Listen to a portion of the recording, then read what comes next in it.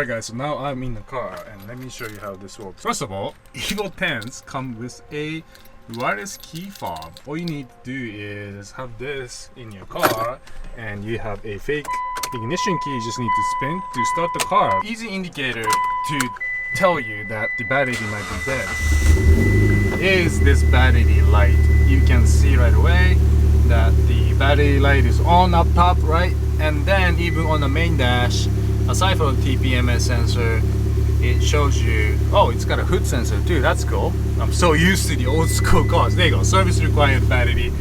So that's an easy indicator to tell you that the battery might be on its way out, or in this case, alternator that might be dead because I literally just put in a brand new battery. So I'm going to show you how to diagnose real quick what the issue could be in case you have the battery light on in your Evo X. So I know that the battery is good and the car still starts. So I know there's no issues here, but just to show you, what I like to do is grab a multimeter and just see how much voltage the battery is holding.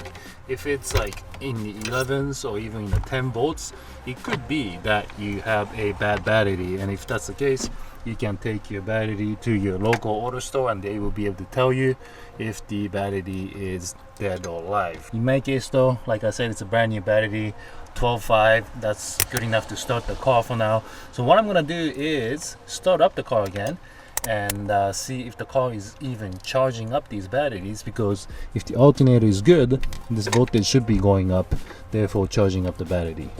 Man, one thing I don't like about stock cars is that you have to hold on to the clutch every time you start it. Alright, so 12.25. So you can see here right away that the car is not charging the battery. So I'm just gonna turn it off, put it back on the trickle charger in the meantime, and get to work. Alright guys, so here's a super stock 4B11. You guys are all familiar with this engine by now. The alternator is right there, and if I need to, I'm gonna try to get that out and get it replaced today. But before we get to that, let's check out a couple things, because over here is your positive battery terminal center, should I say. What you want to do before you get to replacing the alternator is that make sure all these linkages are connected and working, because if these are blown, you might have an electrical issue in your car that might be preventing your car from charging. Alright guys, so the first thing you want to do obviously is to remove the battery cable in the back. So go ahead and undo your negative. So now that the battery is out, I'm gonna try to see what the best approach is in terms of removing the alternator. On the owner's manual, it tells you to remove the compressor which sits under the alternator, and then also remove the fan. I have even heard of some people removing the radiator out of the car. I really don't want to do that. I want to make this as easy and quick as I possibly can. I'm going to jack up the car first, drop the compressor from the bottom, and see if I can remove the alternator from below. And before I get to that too, I'm gonna go ahead and remove the alternator power and ground. So down to the alternator, you have to remove the power wire, which is the big cable going into that bolt here on the right side,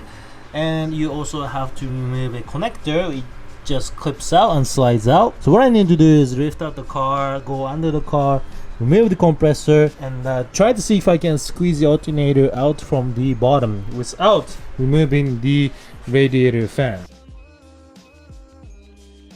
Alright guys, let me show you what's going on here. So I got the car jacked up and got the belts exposed right here. It's actually a good time to check for any leaks or anything, because I mean, I obviously just rebuilt this car.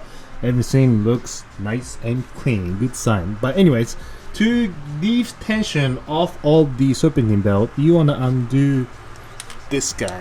Well, by undo, I mean rotate it so that it relieves tension. Unfortunately, I only have the S wrench in size 16 because you need to get in there with 16. So I'm gonna go in there and spin it counterclockwise, okay? Spin it counterclockwise, and the tensioner should relieve pressure off of the belt. I'm gonna try my best to film this here.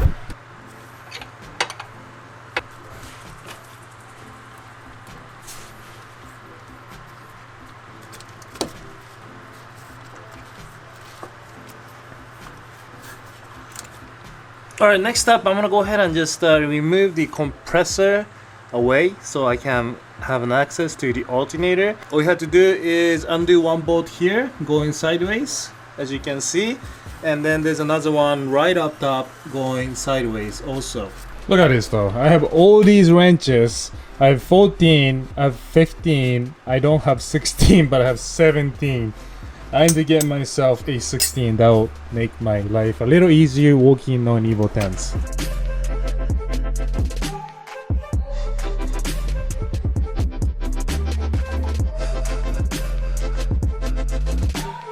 Alright guys, so the compressor is off the bracket at least.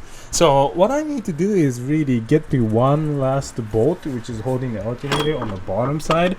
I don't know if I can show you, but there's bolt. See this square piece right here? It might be a little hard to see. See that square piece right here?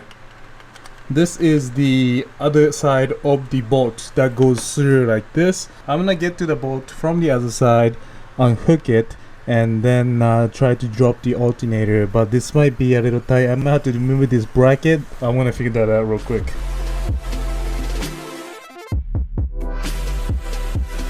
Alright guys, so about after 20 minutes of struggling, the old alternator is out.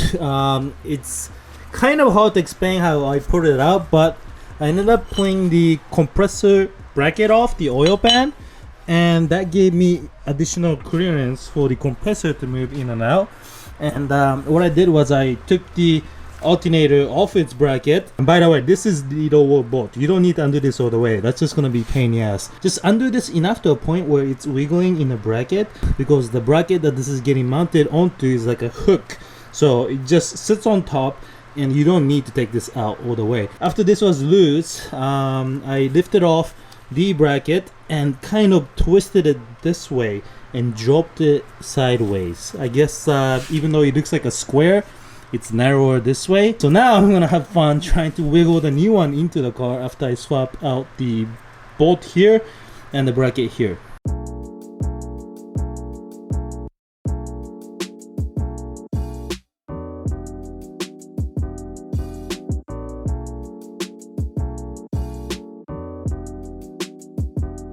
Alright guys, we're getting close. Alternator is back in.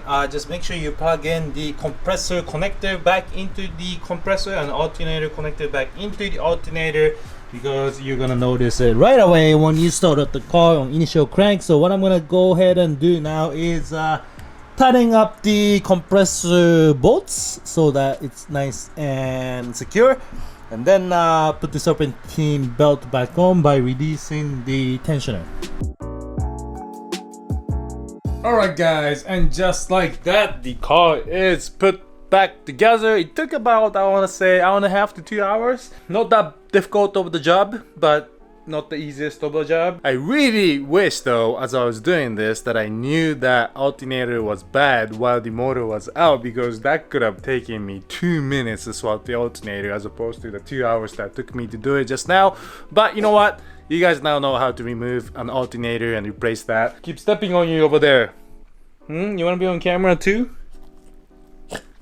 So now what you want to do is obviously start the car, and I'm gonna measure the voltage in the battery once the car starts. So let me just see if the car starts and if it's throwing the battery light still. Alright, here we go.